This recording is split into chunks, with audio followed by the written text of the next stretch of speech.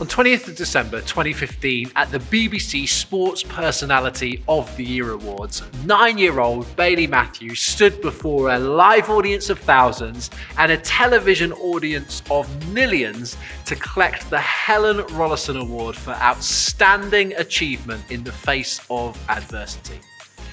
His achievement? Overcoming his cerebral palsy to complete his first triathlon. The finish of the race, in which Bailey twice fell over and picked himself back up before crossing the finish line, was captured on a spectator's phone and quickly went viral, receiving more than 81 million views. Bailey, quite rightly, was heralded an inspiration. Now, as moved as I am by Bailey's phenomenal achievement, there is another hero in the story by whom I am equally moved. Bailey's dad, Jonathan Matthews. Because Jonathan was with Bailey on every step of his journey.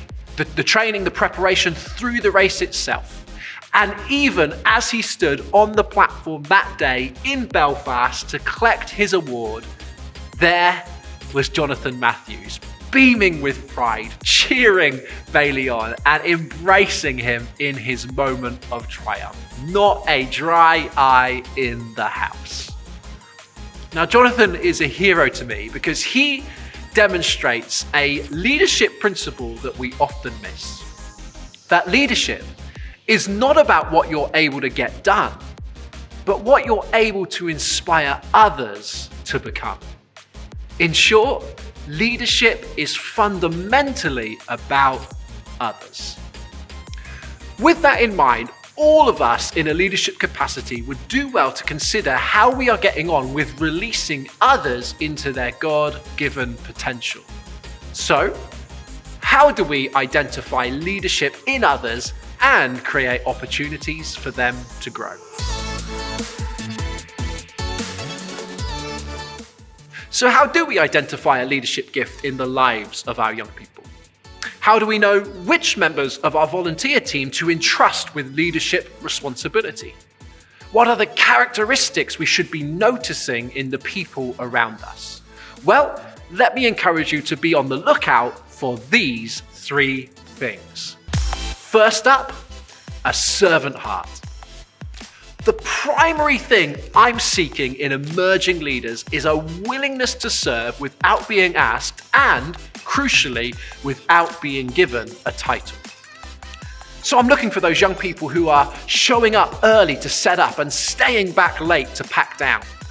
I've got my eyes open for the team members who are the first to put their hands up, not their heads down, when there's a job that needs to get done. You know, the people who are willing to serve in the background are those whom you should entrust with opportunity in the foreground. On the flip side though, beware of that person who will only volunteer for the roles that will get them on stage. These people are likely to be ambitious for themselves, but not for the mission of the team. And let that be a red flag. You know, when identifying the leaders around us, we do well to remember that Jesus came to serve and not to be served. He clearly demonstrates to us the principle of servant leadership, and all Christian leadership must follow in the example that he gave. So when looking for leaders, what I'm trying to do is to follow that teaching of the parable and the talents, to find those people who've been faithful in the small things, and then to entrust them with something more. Look for those with a servant heart.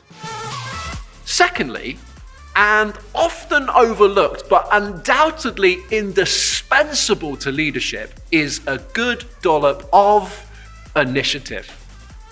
Now, this is the difference between those 2 wonderfully servant-hearted young people who show up early to help you set up.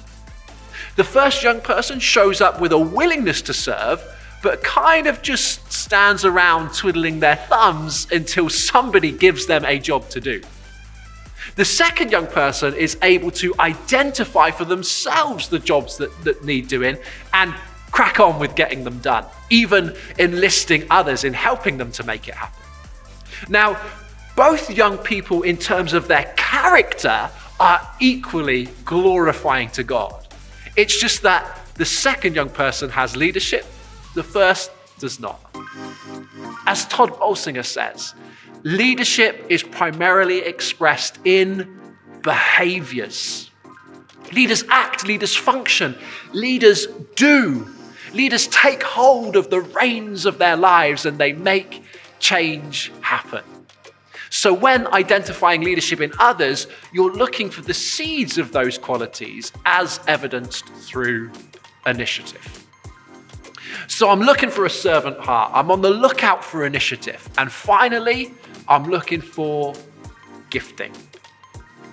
You know, I remember one occasion when we held a bake-off games night at my youth group in Malvern. And as the young people moved around the various game stations that we'd set up, I couldn't help but notice how one young person in particular would have an idea and then without a hint of bossiness, rally the people in her group to work on that idea together. You know, that's leadership in its purest form. And it was my great joy to encourage her to that end when the session closed. The Apostle Paul wrote to his mentee, Timothy, saying, "Fan into flame the gift of God that is within you." Leadership is a gift from God, and it is already within some of the young people and the team that you lead, and therefore will reveal itself in moments just like that. And it's your job as the leader to be on alert and to name it when you see it and to call it out of the people around you. Friends, perhaps your greatest contribution to the kingdom of God will not be something that you do, but someone that you raise. So be on alert, identify the leaders around you, and pay it forward. Friends, as we finish, let me say thank you so much for everything that you are doing and for how hard you are working to invest in the lives of children and young people where you are. What are you going to give your life to? Come on. What are you going to give your life to that's more important than passing on the gospel to the next generation? So please keep going. Do not give up, because what you are doing is important.